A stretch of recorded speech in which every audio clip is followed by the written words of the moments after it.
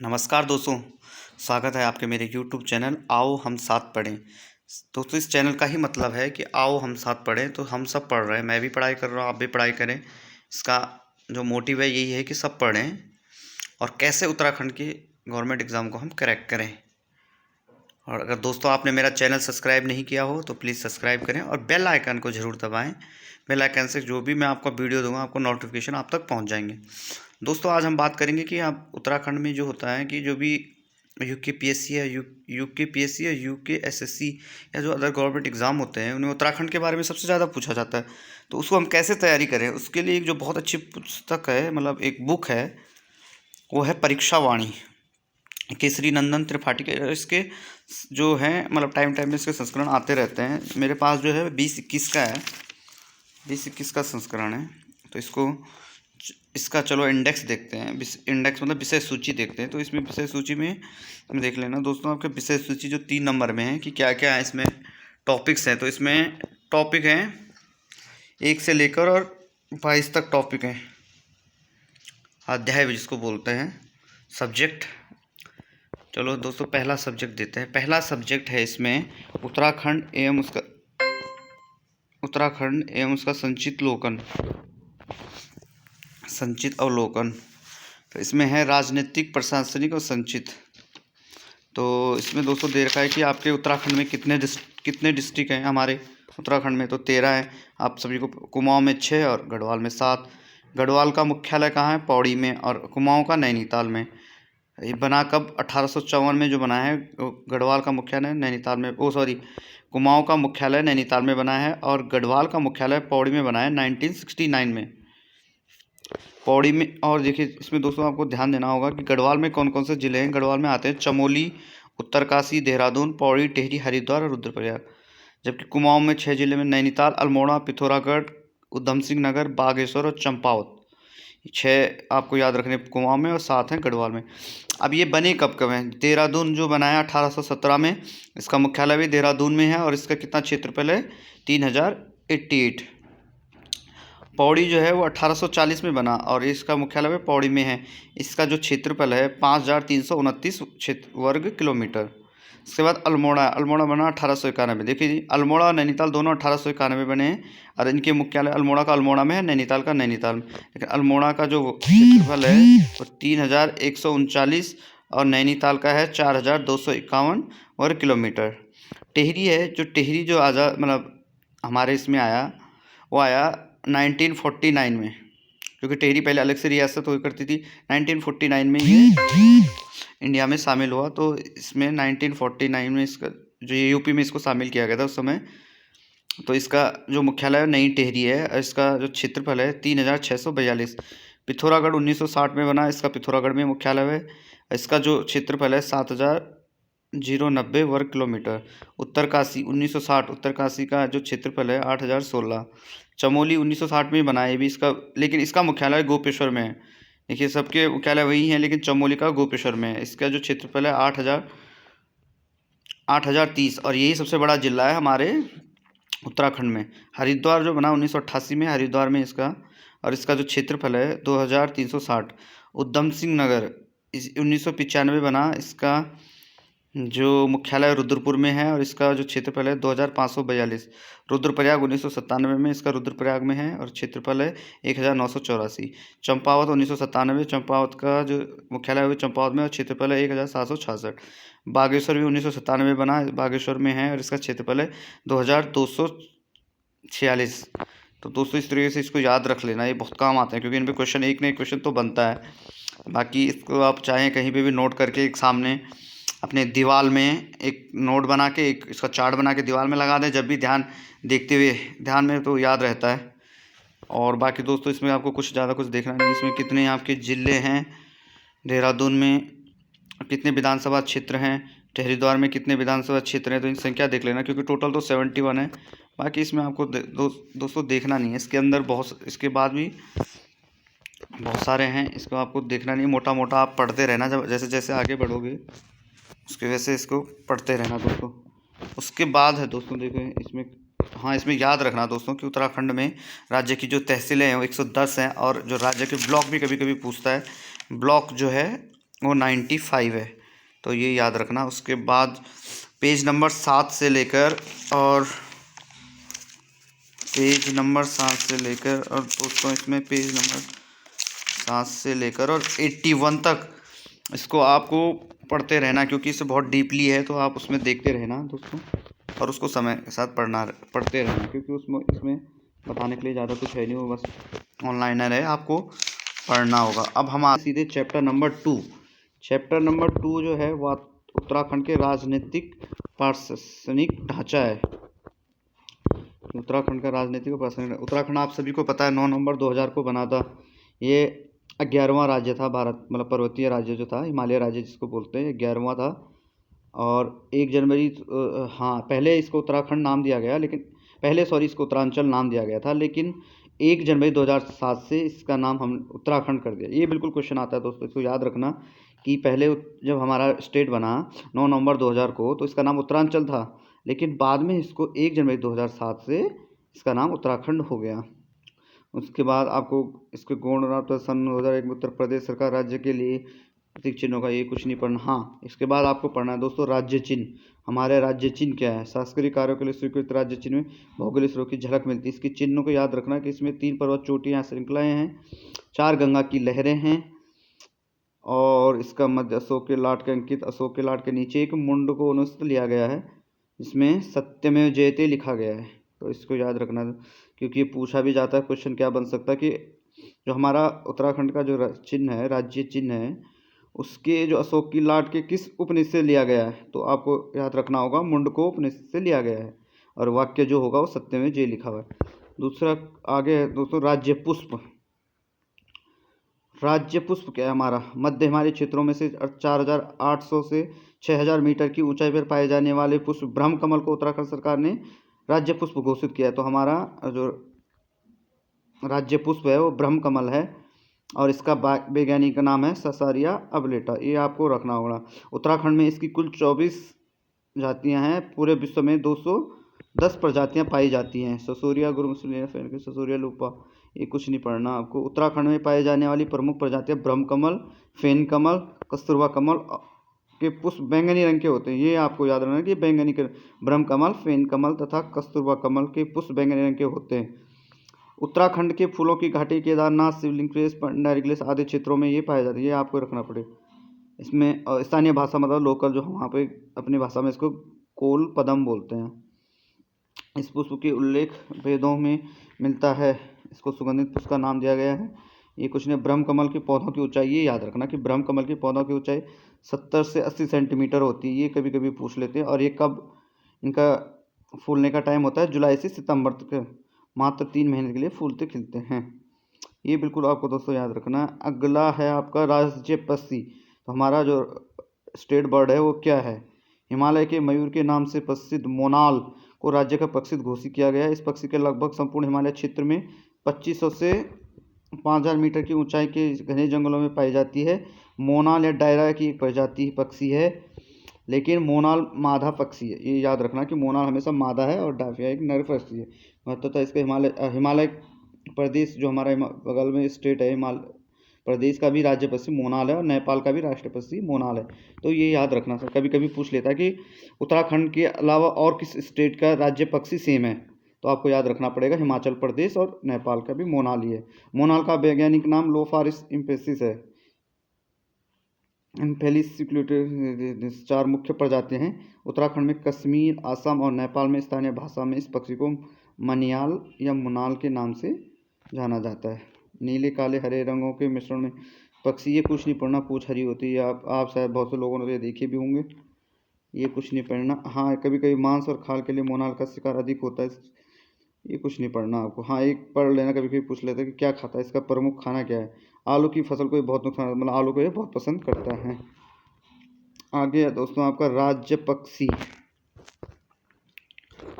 राज्य पक्षी आएगा। राज्य पक्षी क्या है आपका? तो राज्य पक्षी है उत्तराखंड सरकार के वंशाती 3600 से 4040 की मीटर की ऊंचाई मध्य पाए जाने वाले कस्तूरी मृग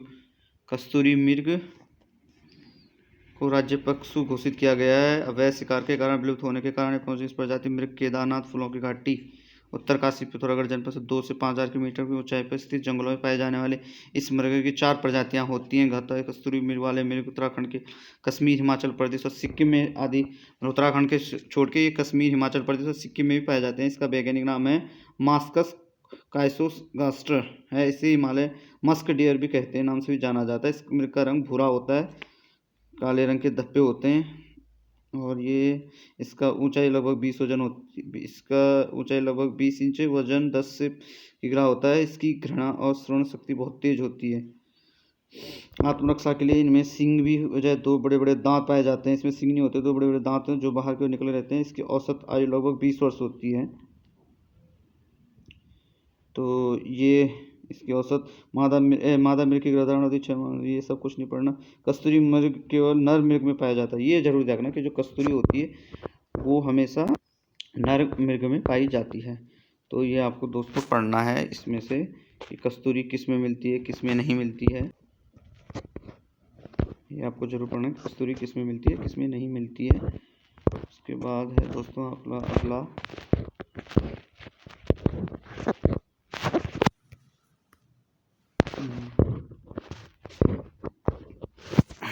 कस्तूरी एक जटिल प्राकृतिक रसायन जिसमें अद्वित सुगंध होती है। इसकी सुगंध, ये कुछ नहीं पढ़ना, ये कुछ नहीं पढ़ना आपको। हाँ, ये यद्यपि सरकार इनके समर्पण के लिए 1972 में एक अतिरिक्त प्रयास किया था, लेकिन कोई सफलता नहीं मिली। 1972 में तक उत्तर सरकार ने चमोली में केदारनाथ वन्यजीव विभाग एक बनाया। 1972 में जब उत्तर प्रदेश की सरकार थी तो केदारनाथ वन्यजीव प्रभाग, ये याद रखना है, अंतर्गत 967.2 वर्ग किलोमीटर में कस्तूरी मृग बिहार की स्थापना की गई थी। ये कभी कभी पूछ लेता है। उसके बाद 1972 का 1977 में मरुड़ कृषि मृग अनुसंधान केंद्र की स्थापना की गई। ये कहाँ की गई? उसके बाद 1986 में पिथौरागढ़ में अस्कोट अभयारण्य की स्थापना की।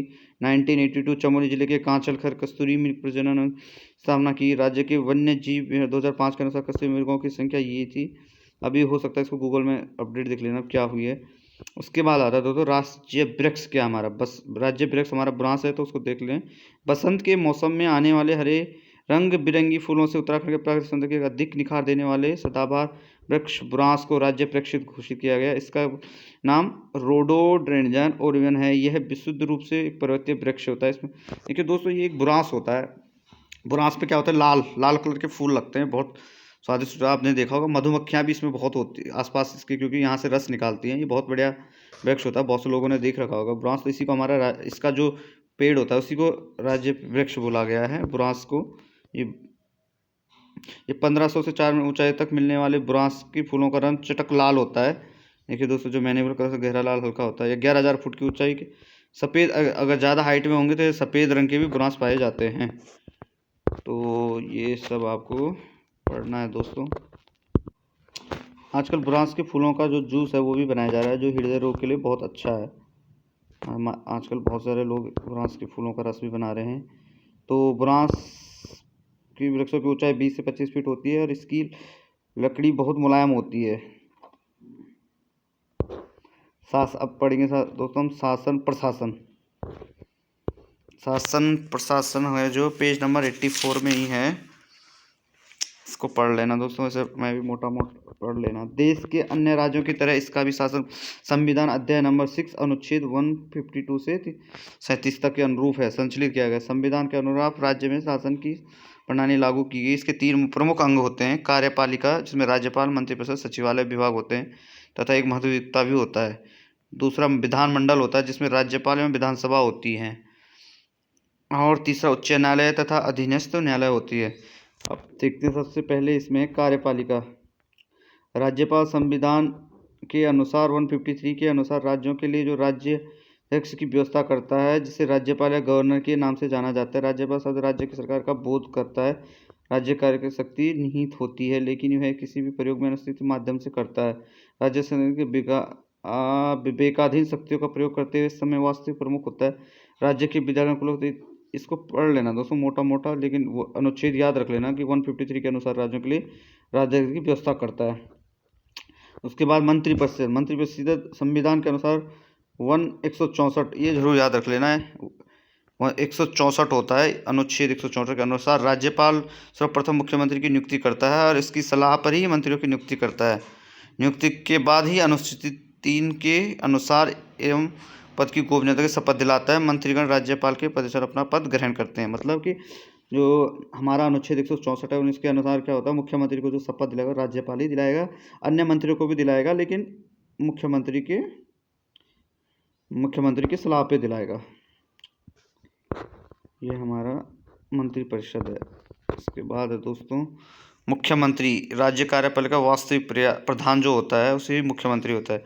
राज्य कार्यपालिका का वास्तविक प्रधान जो मुख्यमंत्री होता है वह राज्य का कप्तान भी उसी को कहते हैं कि मुख्यमंत्री सब कुछ होता है तो मुख्यमंत्री। उसके बाद होता है सचिवालय। सचिवालय राज्य के वास्तविक कार्यपालक मंत्रिमंडल के सदस्य प्रतिनिधित्व होते हैं। अंततः ये प्रशासन के गुणवत्ता से अवगत हों और आवश्यक नहीं होता, इसलिए वह आवश्यक प्रशासनिक सहायता से परामर्श मुख्य सचिव के नेतृत्व में एक विशेष प्रशासनिक निकाय का गठन किया जाता है। इसके सचिवालय कहते हैं। सचिवालय के प्रशासनिक अध्यक्ष मुख्य सचिव, प्रत्येक विभागों के सचिव को शासन सचिव कहा जाता है। प्रायः आईएएस के वरिष्ठ अनुयायी सदस्य होते हैं। आईएएस के होते हैं वरिष्ठ अनुयायी सदस्य होते हैं। इसमें से दोस्तों ये पढ़ लेना, ये भी पढ़ लेना 1814 से 1815 में कब गढ़वाल में और कब 1815 में अंग्रेजों ने कब्जा किया, ये पढ़ लेना, क्योंकि कभी 1814 ब्रिटिश गढ़वाल ने कब किया। कुमाऊं में अल्मोड़ा कब बना हो, तो मैंने पहले उसमें बताया कि कुमाऊं कब बना। टेहरी कब विलय हुआ। सारे डिस्ट्रिक्ट आप दोस्तों पढ़ लेना इसमें से कि कौन सा डिस्ट्रिक्ट कब बना। फर्स्ट पेज में ये मैंने आपको बताया, तो ये इसको पढ़ लें। अब पेज नंबर है 85। सचिवालय राज्य प्रशासन के पर्यवेक्षण, निर्देशन एवं नियंत्रण कार्य करता है। सरकारी नीति रचना हेतु आवश्यक सामग्री एकत्रित करता है तथा उसका विश्लेषण करके मंत्रिपरिषद के सम्मुख प्रस्तुत करता है। राज्य प्रशासन के प्रमुख सचिव का पद प्रशासनिक, ये कुछ नहीं पढ़ना आपको, मुख्य सचिव पढ़ लेना मोटा मोटा अपने जानकारी। कार्यकारी विभाग निर्देशालय राज्य प्रशासन, क्योंकि यूके पीएससी में तो ठीक है, लेकिन यूके एसएससी का कुछ पता नहीं होता कहाँ से क्वेश्चन दे दे। बाद में तीसरा आवश्यक कार्य विभाग करता है, तो इसको भी पढ़ लेना। कार्य निर्देशालय राज्य रेवेन्यू पुलिस 1857 के विद्रोह के बाद अंग्रेजों में, ये सब पढ़ लेना दोस्तों कि कितने परगने कब कब हुआ। सचिवालय सचिव मंडल में 13 जिले होते हैं। कितनी तहसीलें थी, अब कितनी तहसीलें, अब तो आपको पता है 110 हैं। मंडल 95 हैं। उसके बाद हाँ, महाधिवक्ता संविधान अनुच्छेद 165 के अनुसार, देखिए सर हमने 164 पढ़ा, अब 165। तो 165 में संविधान के अनुसार, अनुच्छेद 165 के अनुसार राज्य में महाधिवक्ता की नियुक्ति होती है, राज्यपाल द्वारा ही करता है। अवधि नीति नहीं, लेकिन राज्य अवधि नियत नहीं है की जाती और उसी की पर्याप्त पद पर धारण करता है महाधिवक्ता। इस पद की नियुक्ति होने के लिए आवश्यक है कि वह भारत का नागरिक हो, 10 वर्ष से अधिक समय से न्यायिक कार्य से जुड़ा हो, कम से कम 10 वर्ष से उच्च न्यायालय में अभिवक्ता का कार्य किया हो। वह विधि विषय पर राज्यपाल की सलाह लेता है एवं राज्यपाल द्वारा सौंपे गए विधि संबंधी कार्यों को समापादन करता है। वह सदनों की बैठकों में भाग ले सकता है, बोल सकता है, लेकिन मतदान नहीं कर सकता। राज्य के प्रथम महाधिवक्ता मेहरबान सिंह नेगी थे। अभी करंट क्या है वो देख लेना दोस्तों, ये मैं भी आगे आपको बता दूंगा। उसके बाद है विधानमंडल। तो राज्य में विधि निर्माण के अनुसार विधानमंडल की व्यवस्था की गई। विधानमंडल 2 अंग होते हैं, राज्यपाल और विधानसभा। विधानमंडल में तो राज्यपाल और विधानसभा। राज्यपाल, विधानमंडल में सबसे ऊपर राज्यपाल का स्थान है। इसके हस्ताक्षर के बिना कोई कानून परिवर्तन नहीं आ सकता। राज्यपाल विधानसभा के अधिवेशन का आहूत कराना, शस्त्रांत कराना तथा विघटन कराना और सदन सत्र शुरू होने पर सदन की अभिभाषण करता है, बजट रखवाता है, साक्ष्यों को निहारता है और निश्चय करता है। विधेयकों को राष्ट्रपति के पास भेजने के लिए आरक्षित रखता है। विशेष परिस्थितियों में सब सदन सत्र में ना हो और जारी करता है। ये भी राज्यपाल का विधायी कार्य है। उसके बाद आता है राज्यपाल का आता है विधानसभा। राज्यपाल के बाद आता है तो एक मिनट दोस्तों से, विधानसभा। जो विधानसभा का गठन संविधान के अनुच्छेद 170, एक अनुच्छेद देखो तो और आया, जो विधानसभा का गठन होता है अनुच्छेद 170 के तहत होता है। दोस्तों ये क्वेश्चन आते हैं, अनुच्छेद बहुत आते हैं, इनको लिख लेना, नोट कर लेना।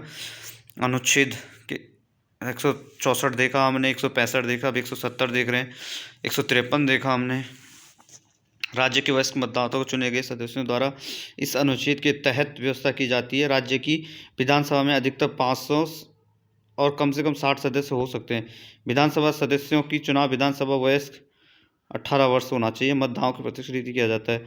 अनुच्छेद 173 में विधानसभा के सदस्य की निर्धारित योग्यताएं वही हैं जो लोकसभा के लिए निर्धारित हैं। वह भारत का नागरिक हो, 25 वर्ष की उसकी आयु पूरा कर चुका हो, भारत सरकार किसी भी सरकार के अधीन पर कार्यरत ना हो तथा संसद द्वारा बनाई गई विधि का पालन करता हो। विधानसभा के सदस्य चुने जाने के बाद पद ग्रहण से पूर्व राज्यपाल की प्रस्ताव पर अनुसूची के अनुसार शपथ दिलाता है। सामान्यतः विधानसभा का कार्य 5 वर्ष का होता है, याद रखना। उसकी जो समानता विधानसभा का जो कार्यकाल हो 5 वर्ष का, ये पढ़ लेना दोस्तों और इसको नोट कर लेना, ये बहुत इम्पोर्टेंट। ओके दोस्तों, थैंक यू। आज तो दोस्तों हम 85 तक, कल हम स्टार्ट करेंगे 86 से। अगला मैं जो पार्ट करूँगा इसी का 86 के बाद हम पढ़ेंगे आगे। अभी हम ये हमारा पूरा नहीं हुआ है विधानमंडल, तो हम इसी को आगे पढ़ेंगे दोस्तों। ओके दोस्तों, थैंक यू। और बीच बीच में जो अनुच्छेद हैं उनके नोट बना लेना, क्योंकि बाद में आपको एंड टाइम में इसकी प्रिपरेशन की ज़रूरत नहीं होती है। मेरे साथ भी हुआ है, तो आप इनके नोट ज़रूर बना लेना। ओके दोस्तों, थैंक यू। और चैनल को अगर सब्सक्राइब नहीं किया तो सब्सक्राइब करना, लाइक शेयर तो ज़रूर करोगे दोस्तों। Thank you for watching.